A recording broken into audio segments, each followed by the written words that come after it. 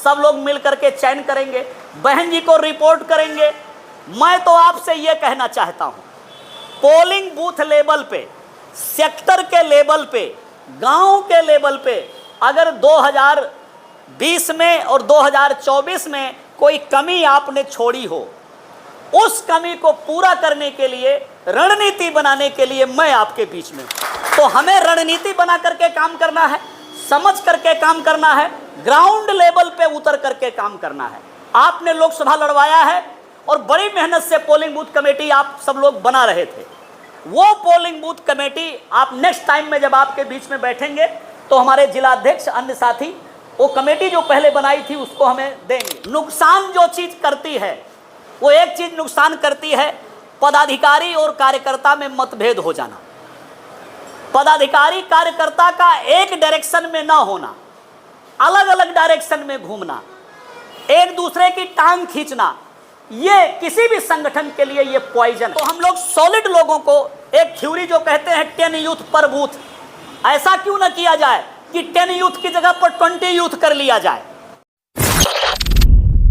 कहता हूं, अभी बहन जी ने जो डिस्ट्रिक्ट डिवाइड किया है तो उसमें वो मेरे खाते में कैमूर नहीं लिखा, बहन जी ने बक्सर मेरे खाते में लिख दिया। अब इस दृष्टि से अगर देखें विधानसभा चुनाव को तो भाई कैमूर 1 नंबर पे है और बक्सर 2 नंबर पे है, क्योंकि यहां भी एक सीट आपको गठबंधन में राजपुर मिली, बक्सर नहीं मिल पाई।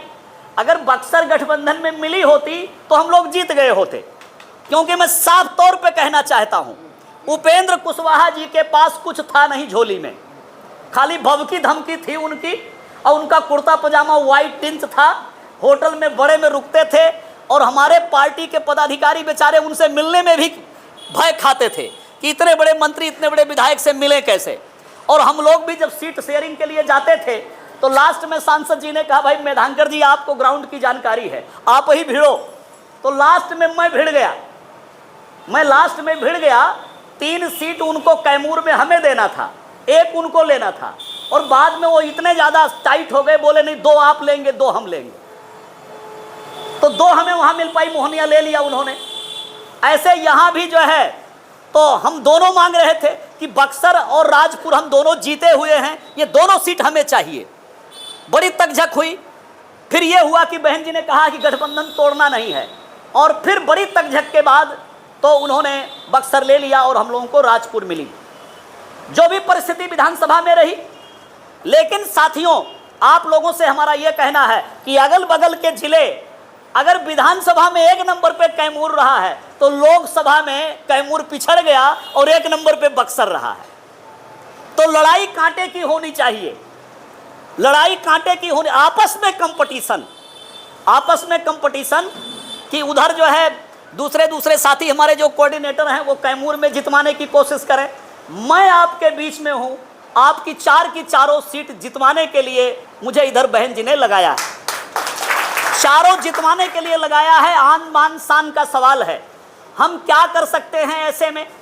सम्मानित साथियों, कैंडिडेट चयन बड़ी बात नहीं है, कैंडिडेट का चयन ये बड़ी बात नहीं है, और ऐसे भी मैं इसमें अकेला नहीं हूं, इसमें सांसद जी भी हैं, अनिल चौधरी जी भी हैं, दूसरे अन्य प्रभारी जी भी हैं।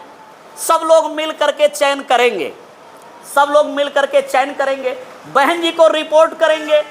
मैं तो आपसे यह कहना चाहता हूं, पोलिंग बूथ लेवल पे, सेक्टर के लेवल पे, गांव के लेवल पे अगर 2020 में और 2024 में कोई कमी आपने छोड़ी हो, उस कमी को पूरा करने के लिए, रणनीति बनाने के लिए मैं आपके बीच में हूं। उस कमी को पूरा करने के लिए, रणनीति बनाने के लिए मैं आपके बीच में हूं।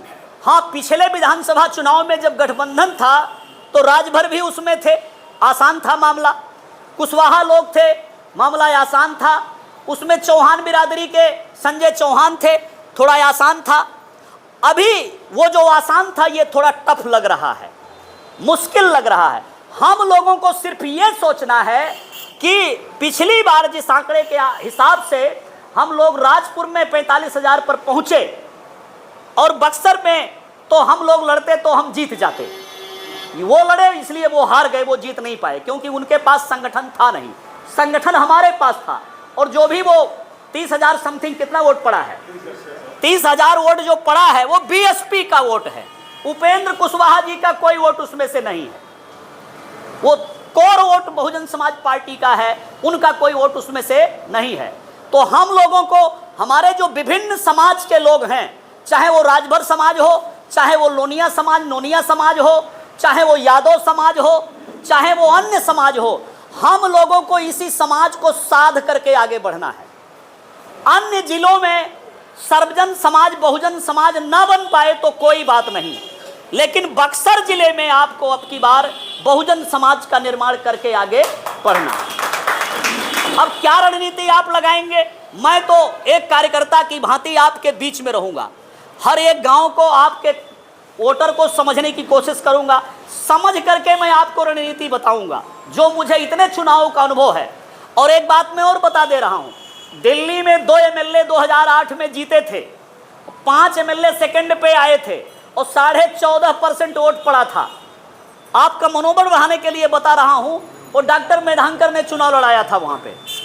हमारे एक सीनियर प्रभारी गया क्षण दिनकर को एट ए टाइम बहन ने लगा तो दिया था, लेकिन वो 9 महीने पहले पहुंचे और सीनियर बुजुर्ग आदमी है, उन्होंने तुरंत कहा कि भाई मेधांकर जी आप पढ़े लिखे हो, आप दिल्ली के वासी हो, दिल्ली आपका स्टेट है, जहां कहोगे मैं स्टैंप लगाऊंगा, जहां कहोगे मैं सिग्नेचर कर दूंगा, ये चुनाव आपको लड़वाना है। तो दिल्ली में जब 14.5% पड़ा और 2 एमएलए हम लोग जीते, तो एक एमएलए तो एट ए टाइम कांग्रेस से आ गया था, राम सिंह नेताजी, लेकिन एक एमएलए जो हम गोकुलपुर से जीते, वो एमएलए वो मेरा शिष्य था, उसको मैंने नेता बनाया था, मैंने आगे किया था, मैंने डेवलप किया था, उसको जनरल सेक्रेटरी बनाया था। जब दोनों एमएलए जीत करके हम लोग फील्ड में जाते थे 1 साल तक, तो वो हमारा एमएलए मोटा तगड़ा है, लंबा चौड़ा, सुरेंद्र कुमार, तो जहां मैं खड़ा हूँ पीछे पीछे बच्चों की तरह से ऐसे हाथ बांधे खड़ा रहे पीछे, तो लोग देख करके मजाक करते थे कि भाई ये देखो मेधांकर जी आए हैं छोटे से कद वाले और इतना बड़ा एमएलए जेब में रख के लेकर आए हैं। तो सम्मानित साथियों, ये बात मैं इसलिए बता रहा हूं कि आप लोग भी अगर रणनीति बना के चलोगे तो आप 4-4 एमएलए अपने जेब में लेकर के घूमोगे। आप लोग अगर आप रणनीति बना के चलोगे तो बक्सर से 4-4 एमएलए आप अपने जेब में लेकर घूमोगे। आज जो आपकी अवहेलना होती है, आज जो आपकी भर्त्सना होती है, आज आपको जो दूसरा आदमी सुनता नहीं है, आप जितने आदमी यहाँ बैठे हो, आप सबके आज जो ये आपने माला हमें डाला है, आज हमें जो ये आपने पगड़ी और साफा बांधा है, ये पगड़ी साफा ये माला आप जितने बैठे हो ये सबके गले में पड़ेगा जिस दिन जीत जाओगे। तो हमें रणनीति बना करके काम करना है, समझ करके काम करना है, ग्राउंड लेवल पे उतर करके काम करना है। आपने लोकसभा लड़वाया है और बड़ी मेहनत से पोलिंग बूथ कमेटी आप सब लोग बना रहे थे। वो पोलिंग बूथ कमेटी आप नेक्स्ट टाइम में जब आपके बीच में बैठेंगे तो हमारे जिला अध्यक्ष अन्य साथी वो कमेटी जो पहले बनाई थी उसको हमें देंगे, उसको हम चेक करेंगे कि उसमें से क्या स्थिति है, कौन कौन साथी उसमें से आगे है और कौन कौन साथी छोड़ करके जा चुका है, हम कैसे उसको पूरा करेंगे, एक्चुअल में कमेटी हम लोग कैसे बनाएंगे। हाँ, ये अंतर जरूर रहेगा, जब हम लोग चल के खुद बनाएंगे तो थोड़ा सा ऐसा रहेगा कि पहले जो कमेटी बनी होगी तो भगदड़ थी, भीड़ थी, और भगदड़ भीड़ किस बात की थी कि मजबूत साथी हमारे अनिल जी चुनाव में मैदान में थे, तो हर एक आदमी सोचता था कि मैं कैसे शॉर्टकट मार के और अनिल जी तक मैं पहुंच जाऊं। ये भीड़ और भगदड़ थी। असली पिछड़ जाता है ऐसे में और नकली निकल के आगे आ जाता है, ऐसे में असली पिछड़ जाता है और नकली निकल के आगे आ जाता है, और जब नकली ज़्यादा आगे आ जाएगा तो नकली होता है, वो डंप कर देगा, वो नुकसान कर देगा। तो अभी अपने पास जो 1-1.5 महीने का समय है, तो आप लोगों को असली की पहचान करनी है। चूंकि चुनाव लोकसभा का लड़वा चुके हैं इसलिए कुछ आइडेंटिफिकेशन हो गया होगा, जो आइडेंटिफिकेशन और नहीं हो पाया है वही काम आप लोगों को करना है। असली वाली पोलिंग बूथ कमेटी बनानी है, असली वर्कर को आगे कर देना है और अपने को और मजबूत करके माइक्रो लेवल पे काम करके हम लोगों को जीत की तरफ आगे बढ़ना है। सम्मानित साथियों, एक बात मैं और कहना चाहूँगा, नुकसान जो चीज़ करती है वो एक चीज़ नुकसान करती है, पदाधिकारी और कार्यकर्ता में मतभेद हो जाना, पदाधिकारी कार्यकर्ता का एक डायरेक्शन में ना होना, अलग अलग डायरेक्शन में घूमना, एक दूसरे की टांग खींचना, ये किसी भी संगठन के लिए ये पॉइजन है। तो इन महीने 1.5 महीने में आप लोगों को इस दिशा में भी मुझे सही से गाइड करना होगा। मैं आपका गाइड नहीं हूं, मैं रणनीतिकार हूं, गाइड आप हैं।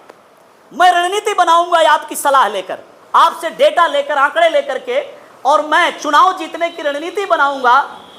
तो उस रणनीति को फिर हम लोग अमल में लेकर के आएंगे। तो हम लोग सॉलिड लोगों को, एक थ्योरी जो कहते हैं 10 यूथ पर बूथ, ऐसा क्यों ना किया जाए कि 10 यूथ की जगह पर 20 यूथ कर लिया जाए। भाई सब खेत आपका है, सब जमीन आपकी है, और आप इतने सारे एग्रेसिव लोग, इतने सारे निष्ठावान लोग जो जीत पाने के लिए आतुर हैं। आप लोकसभा चुनाव से लेकर के अभी तक जीतने के लिए, जीत दर्ज करवाने के लिए आप सारे लोग परेशान हैं।